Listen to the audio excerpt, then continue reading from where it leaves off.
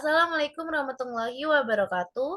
Halo semuanya, perkenalkan nama saya Adina Kamila Taufik. Saya adalah mahasiswi dari Universitas Pancasakti Bekasi, Fakultas Ilmu Pendidikan jurusan Pendidikan Ekonomi dengan NIM 18720500055. Nah, dalam video kali ini, untuk memenuhi salah satu tugas dengan mata kuliah Bank Lembaga Keuangan dengan dosen pengampu Ibu Nadia Rista, SPD, MPDE. Nah, di sini saya akan menjawab pertanyaan yang telah diberikan oleh Ibu Nadia. Nah, pertanyaan yang di sini ada memiliki 3 pertanyaan. Pertanyaan yang pertama, jelaskan peranan lembaga keuangan, bank, dan non-bank dalam konteks meningkatkan kualitas perekonomian. Pertanyaan yang kedua, alasan mengapa perkembangan bank syariah di Indonesia itu relatif lebih lambat? Apa solusinya untuk mengembangkan bank syariah di Indonesia? Lalu pertanyaan yang ketiga itu, contoh 2 kasus yang terjadi pada perbankan yang ada di Indonesia dan berikan solusi atau cara mengatasi kasus tersebut. Nah, langsung aja kita jawab soal yang pertama. Peranan dari lembaga keuangan. Nah, secara umum, lembaga keuangan itu dapat dikelompokkan dalam 2 bentuk, yaitu lembaga keuangan bank dan juga lembaga keuangan non-bank. Nah, secara umum, lembaga keuangan bank memiliki peran untuk menerima dana dan memberi pinjaman untuk masyarakat. Nah, kalau dalam penghimpunan dana, lembaga keuangan bank ini dapat menghimpun dana baik secara langsung maupun tidak langsung dari masyarakat. Lalu kalau sementara untuk lembaga keuangan non-bank ini memiliki peran dalam pengumpulan dan menyalurkan uang dengan mengeluarkan surat-surat berharga untuk pembiayaan investasi perusahaan yang butuh pinjaman.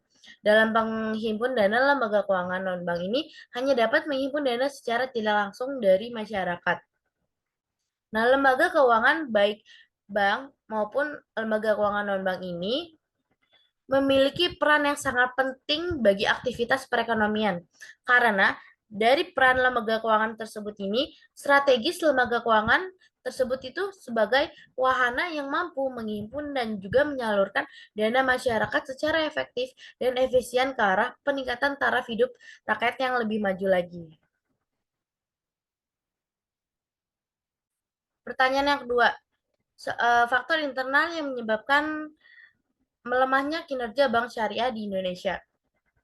Nah, salah satu faktor internal yang menyebabkan melemahnya kinerja Bank Indonesia ini yang pertama itu karena bank syariah itu biasanya pembiayaan bank syariah ini identik dengan sektor bisnis UMKM. Nah, secara industri pembiayaan bank syariah ini harus lebih berhati-hati karena pada sektor retail ini cukup rentan terhadap kondisi pertumbuhan ekonomi. Nah, bila pertumbuhan ekonomi melambat, maka akan berimbas pada kelangsungan usaha UMKM tersebut. Lalu faktor internal lainnya itu pada pembiayaan murabaha. Nah, murabaha itu sendiri merupakan pembiayaan yang bersifat konsumtif dengan akad jual beli. Nah, pada murabaha ini yang dimana kondisi ekonomi melambat, maka sektor murabaha yang merupakan pembiayaan konsumtif juga turut melemah. Nah, hal ini tuh dikarenakan dengan menurunnya daya beli masyarakat, sehingga sebagian besar masyarakat ini menahan kebutuhan terhadap masyarakat, menahan kebutuhan terhadap barang-barang konsumsi. Nah, dengan demikian ini, minat masyarakat untuk mengajukan pembiayaan konsumtif ini juga ikut menurun. Nah, lalu faktor yang terakhir itu kurangnya bervariasi produk pembiayaan bank syariah. Nah, dalam bank syariah ini, jika dibandingkan dengan produk kredit bank konvensional, juga menjadi faktor internal penyebab melemahnya kinerja bank syariah. Karena dengan varian produk pembiayaan yang masih cukup terbatas, menyebabkan bank syariah itu kurangnya optimal dalam mengambil pasar potensial yang seharusnya dimiliki oleh bank syariah, yaitu pasar yang banyaknya diinginkan oleh masyarakat dalam pendanaan dari bank yang bebas dari riba ataupun pasar yang idealis. Nah, lalu sumber lain juga menyebutkan faktor internal penyebab terlambatnya pertumbuhan bank syariah itu adalah efisiensi dalam kegiatan operasional bank.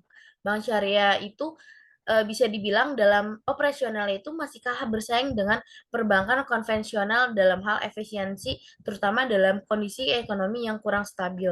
Sehingga equivalent rate pembiayaan yang diminta oleh bank syariah itu relatif lebih lambat. Nah, lalu apa sih solusi untuk mengembangkan bank syariah di Indonesia? Solusi yang dapat dilakukan oleh bank syariah itu adalah yang pertama, melakukan konsolidasi internal manajemen bank syariah untuk mengevaluasi perubahan strategi dalam pembiayaan dan besaran biaya sumber dana dalam perusahaan. Lalu solusi yang kedua, penambahan jumlah jaringan dan variasi produk dan layanan yang lebih menarik.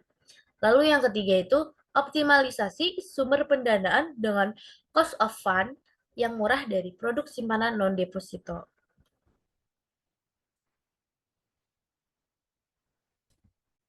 Jawaban soal nomor 3, yang dimana contoh kasus perbankan yang ada di Indonesia. Di negara kita ini sering sekali terjadi adanya pembobolan uang yang ada di bank. Nah, berikut ini contoh kasus yang ada di Indonesia. Kasus yang pertama, pencairan deposito dan melarikan pembobolan tabungan nasabah Bank Mandiri yang melibatkan 5 tersangka. Salah satunya itu customer service bank tersebut modusnya dengan memalsukan tanda tanda tangan di slip penarikan kemudian ditransfer ke rekening tersangka. Kasus yang dilaporkan pada tanggal 1 Februari 2011 dengan nilai kerugian 18 miliar. Lalu contoh kasus yang kedua itu dengan pembobolan kantor kas Bank Rakyat Indonesia, Kamini Square, yang melibatkan supervisor kantor, kas tersebut dibantu 4 tersangka dari luar bank. Modusnya itu dengan membuka atas nama rekening di luar bank. Nah, uang ditransfer ke rekening tersebut sebesar 6 juta dolar AS Amerika. Kemudian uang ditukar dengan dolar hitam menjadi 60 juta dolar US Amerika dolar. Nah, solusi yang dapat dilakukan itu yang pertama, meningkatkan literasi dan prevensi masyarakat. Yang kedua, memperkuat serta harmonisasi pengaturan dan juga pengawasan. Yang ketiga, memperkuat permodalan dan skala usaha serta memperbaiki efisiensi. Yang keempat, memperbaiki struktur bank untuk mendukung perluasan segmen pembiayaan. Lalu solusi yang kelima itu memperkuat sinergi kebijakan antara otoritas dengan pemerintah dan stakeholder lainnya. Lalu solusi yang terakhir itu memperbaiki kuantitas dan kualitas SDM. Nah, ada juga beberapa solusi yang tips dari OJK untuk melindungi rekening bank sebagai nasabah. 6 tips agar tidak terjadinya pembobolan pada rekening nasabah itu. Yang pertama, menurut OJK ada 6 tips menjaga keamanan rekening. Yang pertama itu, aktifkan fitur notifikasi SMS transaksi. Yang kedua, cek riwayat rekening atau saldo secara berkala. Yang ketiga, aktifkan fitur verifikasi dua arah. Yang keempat, perhatikan jaringan WiFi. Yang kelima, jaga data pribadi Anda. Nah, jangan pernah memberitahu user ID, password, kode OTP, PIN rekening, ataupun nama ibu kandung ke siapapun termasuk pihak bank. Lalu ubah password itu secara berkala. Dan solusi yang terakhir itu, berhati-hati saat menggunakan ATM. Pastikan tidak ada benda yang mencurigakan berupa tempelan, alat lain, atau nomor telepon bank yang tidak resmi di mesin ATM. Nah, untuk menghindari terjadinya pembobolan pada mesin ATM. Cukup sekian video dari saya. Saya Dinda Kamila Taufik. Mohon maaf jika ada penjelasan yang kurang dimengerti. Saya mengucapkan terima kasih. Wassalamualaikum warahmatullahi wabarakatuh.